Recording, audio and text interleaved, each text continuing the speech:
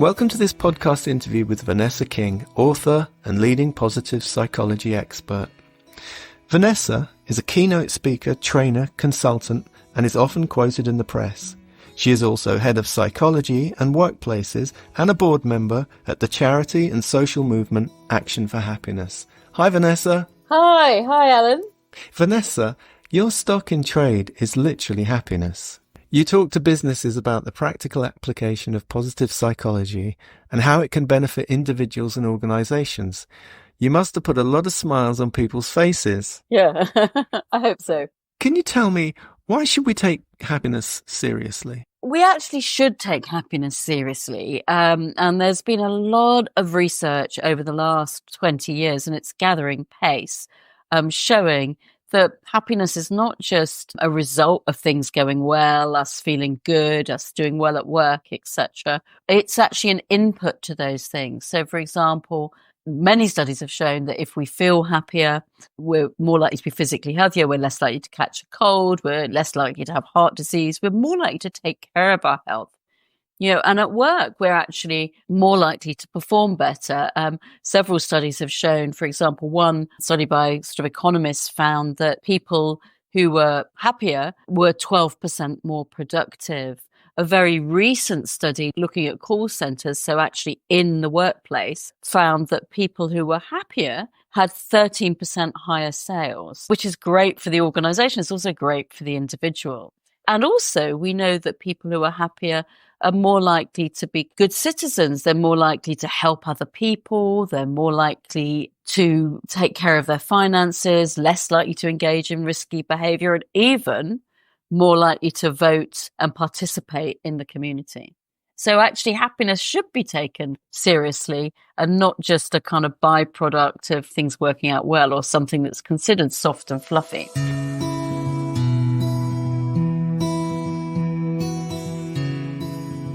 What practical things make a difference to our happiness? In workplaces, I use a framework I developed, which I call the 5 C's to happier work. These are simple principles, but they're based on a huge body of scientific research.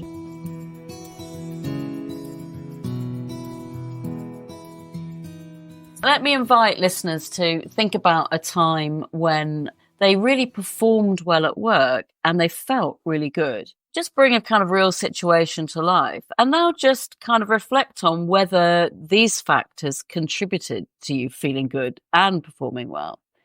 So, for example, did you kind of know what you had to do, but had the freedom to do it how you felt best? Were you supported by your line manager and had good working relationships with colleagues?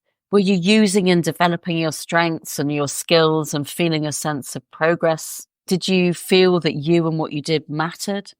And was the kind of overall emotional climate net positive? So you could raise issues or concerns or share if you weren't feeling so great. And people celebrated and appreciated things that were going well. So those are what I call my 5 C's. So having a sense of control, having a sense of connection, having a sense of competence and progress, having a sense of contribution or meaning, and having a constructive emotional environment. And we can think about how can we contribute to cultivating those for ourselves. And as leaders and managers, and this is especially important because managers have a huge impact on how we feel at work, how can you cultivate those for your team members? And the beauty is it's often the tiny things that make the big difference. So this is not about complicated policies or processes. It's about a lot of small things that actually really do add up. And most of them are low cost or no cost. What is the real meaning of happiness? Oh, yeah. I mean, it is actually interesting if you ask people to reflect on what happiness really means to them. And then you compare that to what's portrayed in the media, social media, or in adverts, etc. They're often a bit different. Often what's portrayed is, if you get the next gadget or you eat a certain type of crisp or whatever, chocolate or whatever, whatever, you can go on a certain type of holiday, or those things will make you happy. And it's very much what's called a hedonic view of happiness, pleasure-based. And that is part of it. Pleasure is part of it. So knowing what brings us pleasure is important. But many of us know that pleasure alone is not the full picture of happiness, that there's the kind of more meaningful, more fulfilling side of happiness, which the ancient Greeks called that eudaimonic happiness, which is about feeling like we are doing good in the world, living, making the most of our potential, contributing to the world around us, being part of something bigger, cultivating good relationships, etc. So, I mean, my working definition is a blend of those two. You know, doing the kind of feel good stuff alone, we adapt to that. So you buy the latest phone or pair of shoes or whatever. Yeah. And you get a real buzz from that. You do. You get, oh, that's great. You're not dismissing that. But very soon that wanes. And you think there's another new phone out, or shoe styles have changed, or I really need a red pair when I've only got a blue pair. Right. And we want more. Ah. So it's called the hedonic treadmill. You just keep going around those loops. But of course, working towards things that bring longer term fulfillment and meaning often don't feel good in the moment. There's involves struggles and challenges. Yeah. We may come up against our limitations. They can be really hard. I mean, even, you know, cultivating our relationships can be hard. So the little moments of pleasure and joy along the way, or peace or calm or whatever, can help us stay the course of going towards longer term fulfilling goals. Yeah. So it's kind of that way we need a sort of blend, and also looking at the sources of pleasure. It's not just the external, it's the internal, being able to appreciate the trees and the bird song, not just being stuck in your phone the whole time. I mean, I'd encourage people to think about what does happiness really mean for each of us. Does this relate to what you talk about, the ingredients for a happier life? I tend to use that framework when I'm working in organizations, because it really does, if we're thinking about management and leadership approaches, if we're thinking about our kind of policies and processes that we use to manage people, how do those support or thwart those 5 C's? When I'm working with individuals and getting people to think about the kind of life in general, we've got a framework, the framework that I developed for Action for Happiness, called the 10 Keys to Happier Living. And these are all areas that the research shows they're based on thousands of academic studies, as are the 5 C's actually. And they are all things that are most within our control to take action on. So, I mean, I can share those in more detail if you'd like me to. Please do.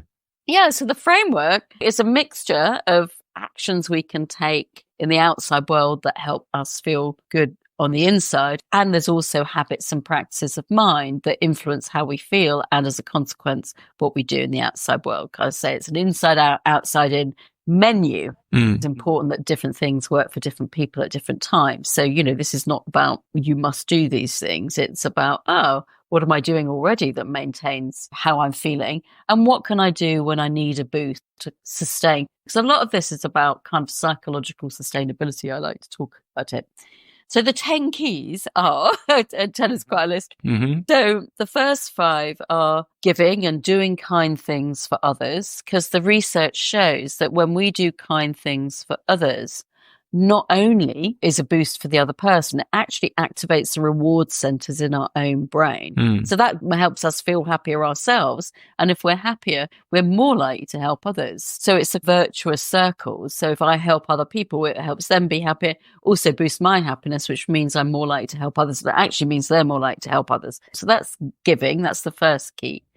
The second key is relating and connect with people. So you'll notice of the 10 keys to happy living, the first 2 are all about other people. Yeah. And this is a really important message, because the number one thing we all need, whether you're introvert or extrovert, we all need to feel a sense of connection to other people, that people are there for us, that there's people we can turn to if we need to, or share good times with, or share good memories with, and who we can ask for help when we need it, both when we're struggling, but also when we, need help to learn something new or whatever. So that sense of connection. In fact, there's the longest running study in psychology, the Harvard Grant study. It tracked Harvard students, male Harvard students from the 30s, and a less elite general population cohort as well. And it tracked them across their lifespan. And actually, it's subsequently studied their children and their grandchildren too. But it's keeping going and looking at all sorts of different measures and life outcomes.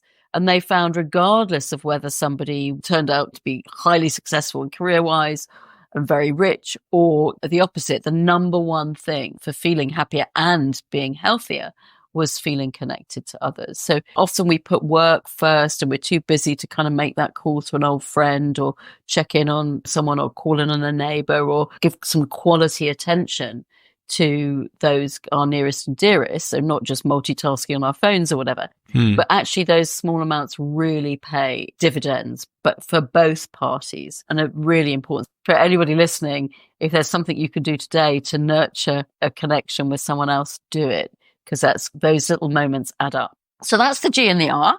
Yeah. The acronym for the 10 keys is Great Dream, because who doesn't dream of being happier? And certainly Action for Happiness dreams of creating a happier society. So we've done G, giving, and R, relating. The E in great is exercising and taking care of your body. Now, there's growing appreciation now of the connection between the body and the mind. So there's lots of research showing that aerobic exercise, for example, can be as effective for some people as antidepressants, and certainly can sit alongside those effectively.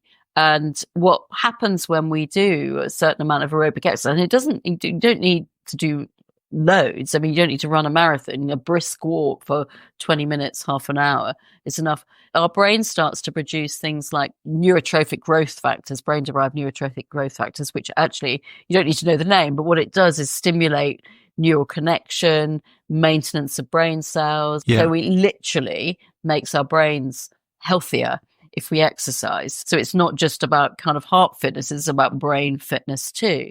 But things like sleep as well. Think about what's your kind of average hours of sleep that you have during the night. And if it's less than 7, it's likely that you're sleep deprived. Now, of course, we all vary, but many of us are sleep deprived. And sleep is not a passive process. Sleep is highly active, even though we're not aware of it. It's when our brain and our body, the rest of our body, because the brain is part of our body, actually does a lot of its maintenance, a lot of its clearing out, and a lot of these things. So if we are sleep deprived over a period of time, we're more likely to be physically unhealthy. And of course, we're more likely to feel unhappy, be more emotionally reactive, etc. So investing in rest, I always say, is a good thing to do.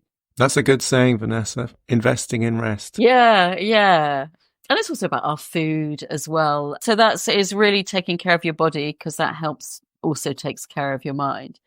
And awareness, the A in great, is all about living life mindfully. So I don't know whether any of your listeners practice mindfulness, but there's a lot of research that shows that practicing mindfulness can be extremely beneficial psychologically, beneficial physically, and also beneficial productively in the workplace. And typically that's taught by meditation, whether you go on courses or use an app and things. And really what mindfulness is at its most basic, it's attention training. And if you think about today, one of the things that many of us are struggling with is just there is so much demand for our attention. Many of us feeling overwhelmed. We've got huge email inbox and various messenger inboxes, lots of kind of temptations to kind of dive in on social media and get stuck on that. And that's what, our phones are designed to capture our attention and keep that attention, not on where we want it to be really, but actually where they want to be so they can sell us stuff. So actually attention training, at the core of mindfulness, it's about noticing when our mind has wandered and bringing it back to the point of focus, be that our breath, a light source, something we're looking at, another person.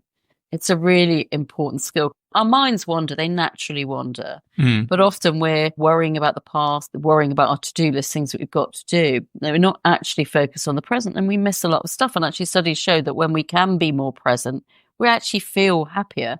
Our relationships are better, or our decision making's better, all sorts of things. And there's an alternative definition of mindfulness. Many people have tried mindfulness but struggle, and it's not easy. You could actually even just try it for a minute, just focusing on your breath, or doing something like counting your number of full breaths so that you're occupying your mind or focusing on a point. Then your mind can't wander off anything else. But a lovely Ellen Langer, who's a psychologist at Harvard, very eminent psychologist, she describes mindfulness as simply the act of noticing new things. Right. So, when you go out for a walk or you get into the office or whatever, just try and notice 3 new things you hadn't noticed before or that were different to last time.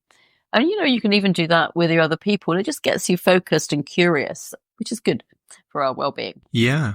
And that takes us to the T. Okay. Let's go. So this is all about trying out and keep learning new things. So in a way, brain, it's not a muscle, but it's like a muscle that you've got to use it or lose it. So the more we are open to new things, to learning, to new experiences, the better it is. I mean, there's a boost from those things. It gives a confidence boost, but it also develops psychological flexibilities. It helps us kind of adapt and grow. If we take on challenges like learning a new language or learning a musical instrument, or in time it can be protective against dementia, for example, but also a sense of fulfillment and meaning in life. And it's about getting curious. And those things are fuel also for creativity. If we're constantly reading the same newspaper or the same type of book and watching the same type of programs on TV or whatever, then our world gets a little bit more limited. And actually that constrains our innovation, because innovation and creativity is about connecting things that haven't been connected before. So the more you feed your mind with some different experiences and different things, the better it is for your creativity, which we know is an increasingly important skill, both at home and at work, and can support resilience. So that's great. Do you want me to go on to dream? To the second 5? I can't wait. Oh, good. I'm so happy now.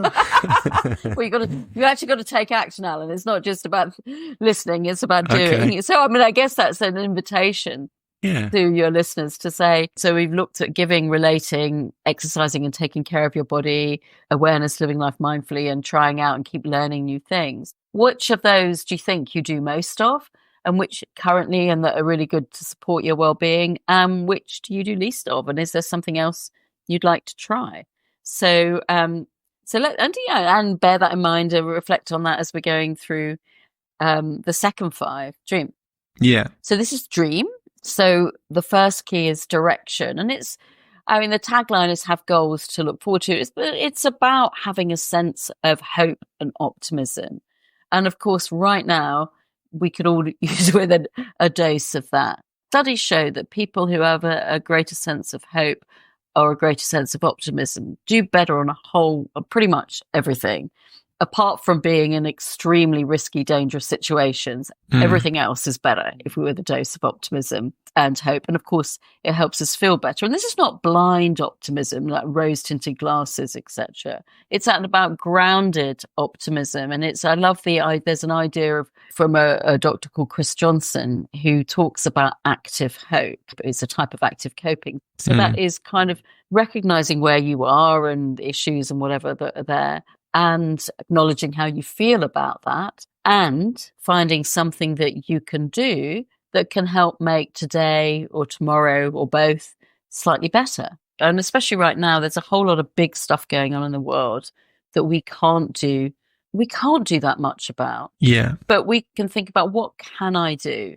So there might be, it might be donating, it might be volunteering some time, and it might simply be actually tending to the world immediately around me. And I was talking to somebody who was really struggling with climate anxiety. She can contribute and support causes to help campaigns to help be more sort of climate responsible. But also the thing that she was founding is what could she do in her local area, even in her garden, to support climate change. Actually, it's interesting because I'm actively engaging in a constructive way with nature is found to be an antidote to climate anxiety.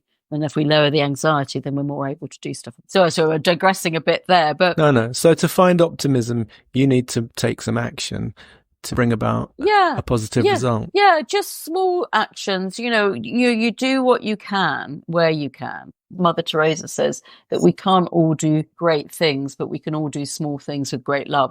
Right. When we feel hopeless, then that makes us inactive and inert. And the more we are like that, the more we are more likely to get depressed. So that kind of sense of agency, that sense of control, which we talked about is so pertinent in the workplace, is really important. Yeah. So the second key in dream, or the 7th key, is actually about resilience and finding ways to bounce back or bounce forward, whatever way you look at it, finding ways to cope when we're struggling. And we all have ups and downs. And it's really important when we talk about this idea of happiness, that doesn't just mean, we reach a kind of lovely yellow smiley face and, it's nirvana and everything's great. Yeah. Life has ups and downs. Everybody's life has ups and downs. Even those people you see on social media who are living a fantastic life have ups and downs. If we acknowledge that, recognize that, then that's a good start to resilience. Because if we expect everything to be wonderful and some days it's not, then of course our expectations aren't met and that makes us significantly unhappier. So a lot of this key of a resilience, and I think it's important to say, I specifically named the keys 10 keys to happier living, not 10 keys to happiness. Yeah. Because it's acknowledgement of life has ups and downs, and that they are actually all keys. All of the 10 keys are keys to resilience. But specifically in this one, we look at how our habits and practices of mind can contribute to unhappiness, if you like, or create stress for ourselves. Albert Ellis, who was the grandfather, if you like, of cognitive behavioral therapy, said human beings are remarkably good at disturbing ourselves because we have this amazing human forebrain, which can scenario plan, imagine, come up with creative ideas. Yeah. But it also means it's brilliant for many of us at catastrophizing, ruminating, churning over worries and worries and worries. Other mammals, our other fellow mammals, don't have that capacity. They just have the more primitive emotional brain, which we also have. They may get chased by a hungry predator, and assuming they don't get caught, they don't actually give that another thought. They might learn not to go to a certain place again, but they don't actually think about, well, what might have happened if it had got me, if I hadn't escaped, blah, blah, blah, I would have been ripped from limb to limb, or churning that over. Yeah. They don't do that. We do that with this amazing human forebrain. But what that human forebrain is doing when it does those things is it's activating the threat systems in our primitive emotional brain. So, which doesn't distinguish between threats from the outside and threats from the inside. So we're actually creating stress for ourselves. So the key here is when we feel an unpleasant emotion like fear or anger or whatever, worry is triggered. Yeah. Often we blame those feelings on the trigger, but it's not the trigger that is causing those feelings. It's our instantaneous thought about that trigger. So often it's about what might happen next. I might be in danger or whatever, or why something happened. They hate me, blah, blah, blah, blah, blah. Then our brains can spiral downwards. So it's actually learning to tune in to some of those instantaneous thoughts. They happen so quickly, we often don't notice they're there. So we feel the emotion, and the emotion is a kind of very rapid assessment of the situation. And that prepares our body to act in a certain way. The kind of most familiar we are with this is when we feel a sense of fear. We have a spike of fear. Our body's prepared to fight or flee. I thought you were going to say stop having those thoughts in the first place. Well, it's hard to stop those thoughts. So the first step is often it is like, oh God, I felt really angry when he said that. It's just stepping back for a moment, even if you're doing it retrospectively, and just, what was my thought when he said that thing and I felt anger? What was the thought in between? What was the thought that led to me feeling angry? The instant thought.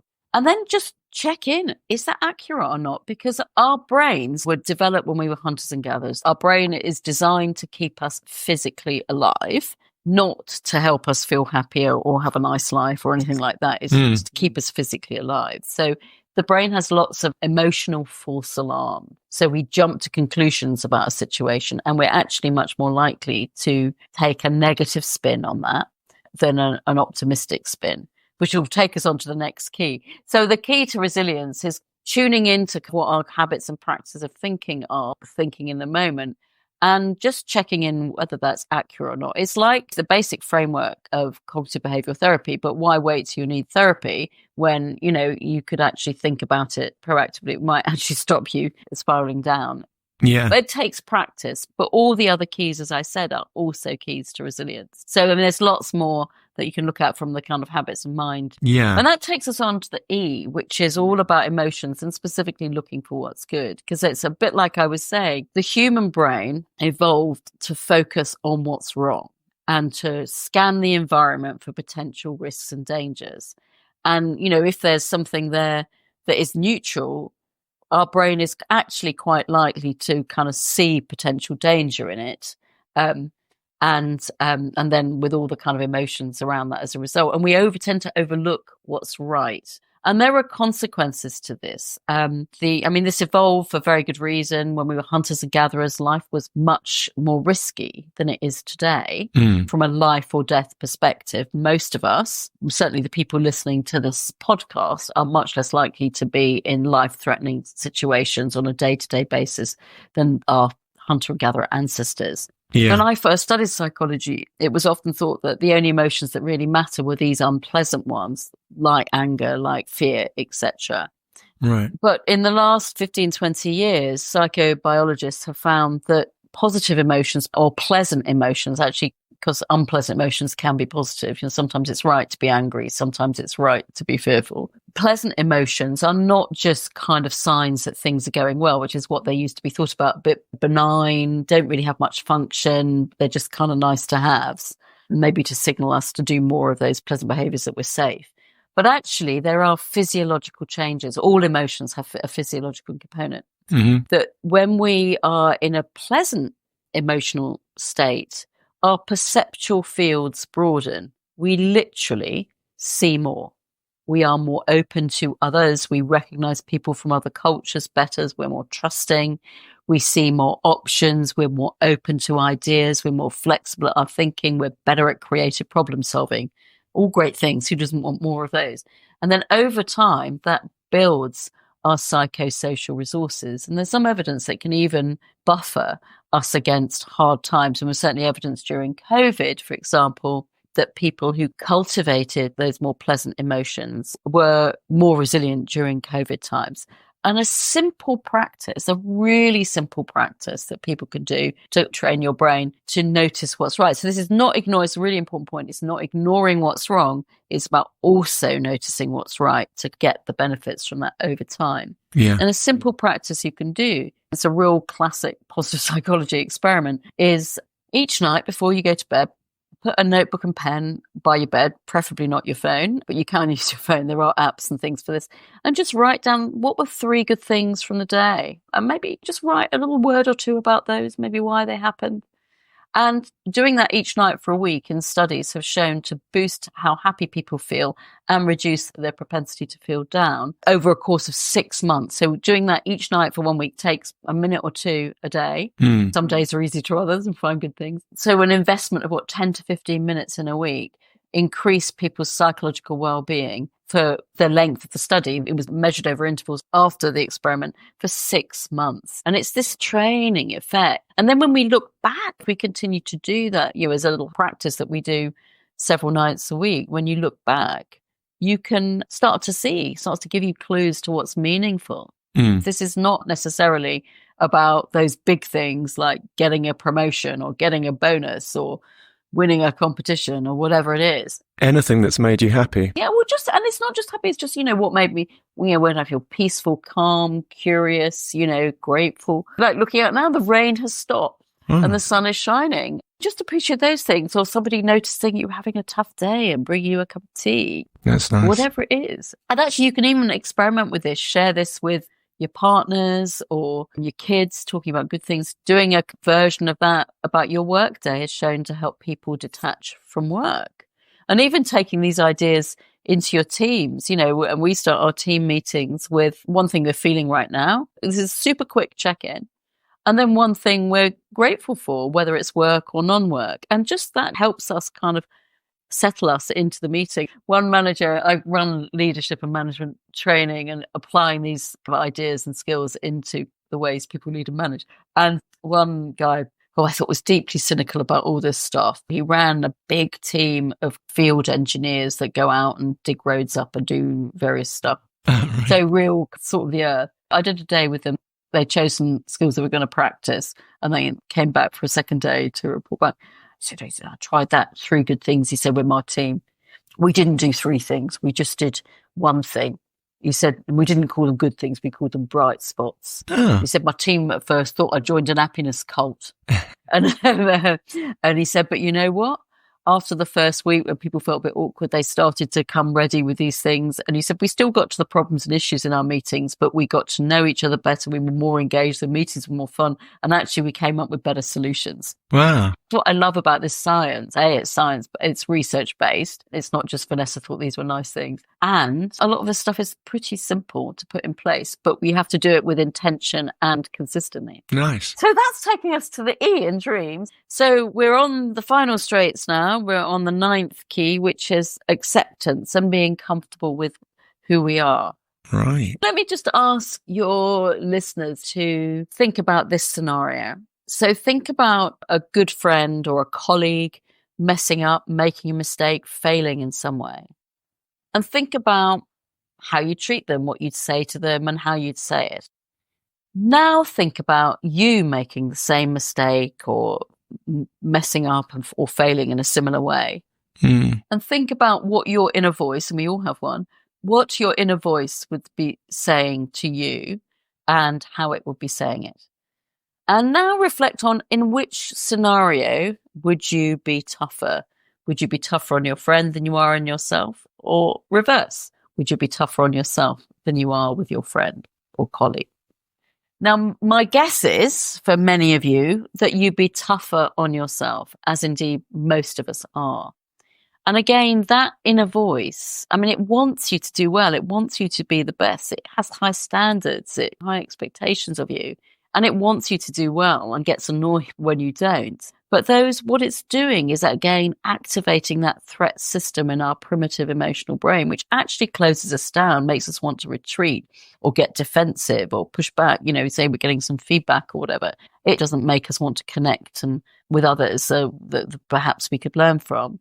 But when we can talk to ourselves and turn that I always describe it as turning our inner critic into a wise coach.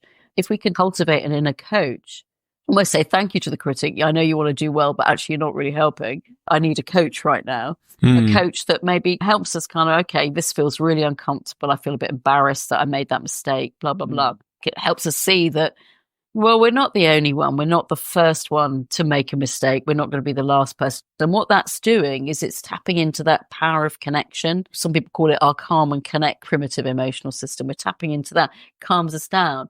And then we're more able to be more resourceful. So, okay, what can we learn from the situation?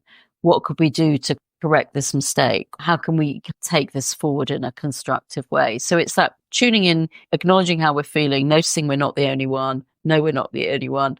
It's called common humanity. And then thinking about coaching conversation with ourselves. When we can learn to do that, to have this more compassionate inner voice, we are better at developing ourselves. We're more likely to achieve our goals. We're more likely to be more confident. We have less stress. And of course, we're likely to be happier. Yeah. So how we treat ourselves is really important. And also noticing our strengths. Many of us are very good at zooming in on our weaknesses, but every single one on this call has some really great strengths. So these are things that come naturally to you, that you learn easily, that you feel good and energized when you're using. And sometimes we don't notice those things because we think they're kind of normal. Everybody has them. Yeah. Take them for granted. Yeah. Again, when we can tune into those, and there's loads of surveys and things that you can take that help you identify, or just ask people what they see as your strengths, and then pick from that list what you find energizing and engaging, what you get absorbed in when you're using and doing when you feel at your best. Because not everything you're good at will be a strength. It won't have those energizing qualities because you'll have learned to do lots of great things. But again, studies show that when we can identify our strengths and find ways to use them more, or new ways to use them, again, it's very good for our psychological well-being, our ability to grow and learn. It's really useful, yeah. Yes, and it's a journey to finding those strengths. It's not always immediate. It takes a while to investigate what those were. But I would suggest pick 2, 3, 4, 5, no more than 5, just to focus on, because it's hard to keep those in our head, and just choose one to play with and work, and even see what you can do to craft your tasks at work, for example, how you approach people, how you approach your tasks, whatever, to kind of be able to use your strengths more and just see what you notice. I really encourage people to try stuff out and view it as an experiment. Notice what works, notice what doesn't, notice how you can adapt things, because we're all different, and it's tuning into what we can do and what works for us. And then the final key, the M of dream, is meaning. And this is about feeling and being part of something bigger.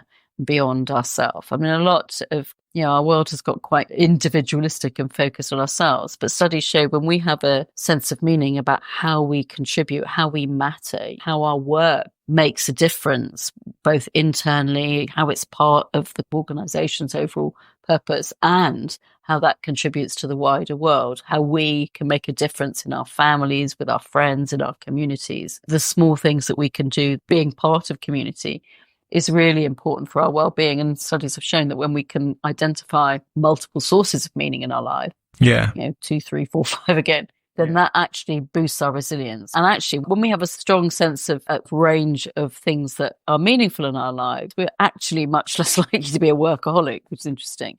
Right. But I think it's okay because if you identify what's meaningful, maybe through writing down those 3 good things over a course of a couple of months, or just by reflecting on our lives, looking at what we take pictures of, what captures our attention, but thinking about what those things that are meaningful in our lives, and are we giving each of those things enough quality attention? There's a really lovely experiment you can do is think about, I don't know, a dozen photos that you would take of things, different sources of meaning in your life, or things to represent them. It's not always easy to take pictures of some things that are meaningful. And then when you've got roughly a dozen, don't sweat on the number, prioritize them. Just think about what are my top 10 here or top 5. Yeah. And then you can even share that with someone else. You can write about why those are meaningful, and then think about how am I, if I looked at how I spent my time or spent my attention, and they're not necessarily the same thing, are these things, am I giving them enough due attention? Often we're not. How many people go to their grave feeling that they wish they'd spent more time on social media or spent more time doing admin at work or whatever. Work is a really important source of meaning. And in fact, when people are doing work that is felt to be meaningless, it's really detrimental to well-being, because everybody, regardless of skill level, education level, intellectual capacity, whatever, everybody likes to feel that they are contributing to something beyond themselves. And certainly a sort of lack of meaning can be, again, a source of deep unhappiness in our lives. So that's the 10 keys to happy living. Brilliant. Hopefully with some practical ideas that people can try out. But I would really encourage people to kind of reflect on which ones are they taking action on right now, and is there one or two that they might want to kind of think, actually, I'd like to experiment with doing something in those.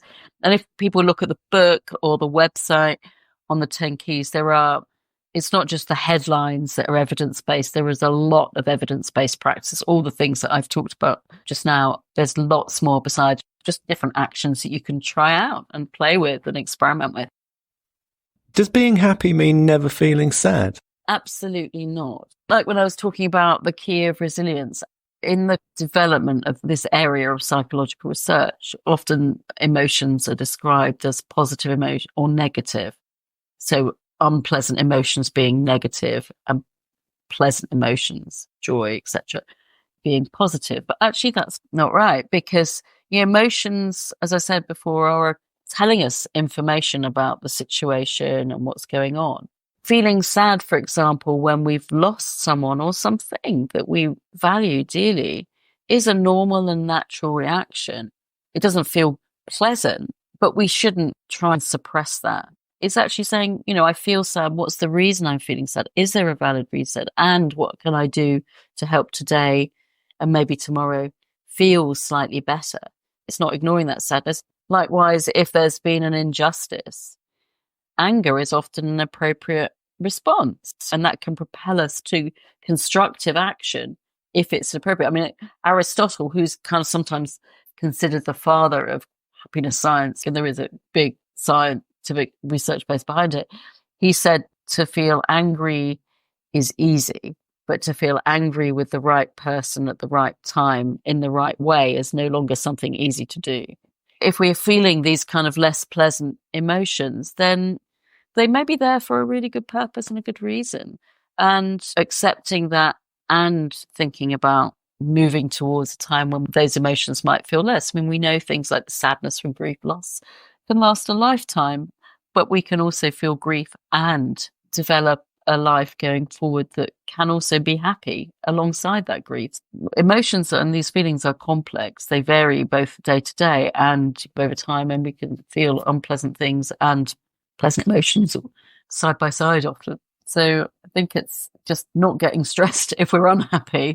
So these keys, the keys to happy living, or the 5 C's, whatever, in the workplace, are things that can contribute to feeling happier or doing our best and feeling a sense of fulfillment. And they can help us cope, and they can help us build and maintain, sort of proactively build and maintain our psychological well-being. A bit like we know that for our physical health, we need to exercise, eat healthily, etc. It's a bit like these are kind of investments in our mind, if you like. Yeah, I'm really excited about this. I'm going to try out the writing down the 3 things, and I'm going to think about the great dreams. It's great to know that these are all proven things that will increase happiness at whatever stage your happiness might be. Yeah, but just because it worked in multiple experiments doesn't mean to say it's going to work for you right now. So that's why I say experiment. Be with an open mind. See what you notice. Yeah. So to finish up with, I'd like to say to people listening that you can buy Vanessa's latest book, List Happy, 75 Lists for Happiness, Gratitude and Wellbeing, and 10 Keys to Happier Living, a practical guide to happiness, and also Vanessa's other works, which include Creating the World We Want to Live In, How Positive Psychology Can Build a Brighter Future, and a guide for children, which is based on the 10 keys, 50 ways to feel happy, fun activities and ideas to build your happiness skills. Thank you, Vanessa. It's so uplifting to hear about your work. Our listeners will find this interview immensely useful. Great. Well, it's been a pleasure. It's been a pleasure. And I would direct people, if you want to find out more, happy to respond to emails or check out the Action for Happiness website, which is actionforhappiness.org. Great. Thanks, Vanessa.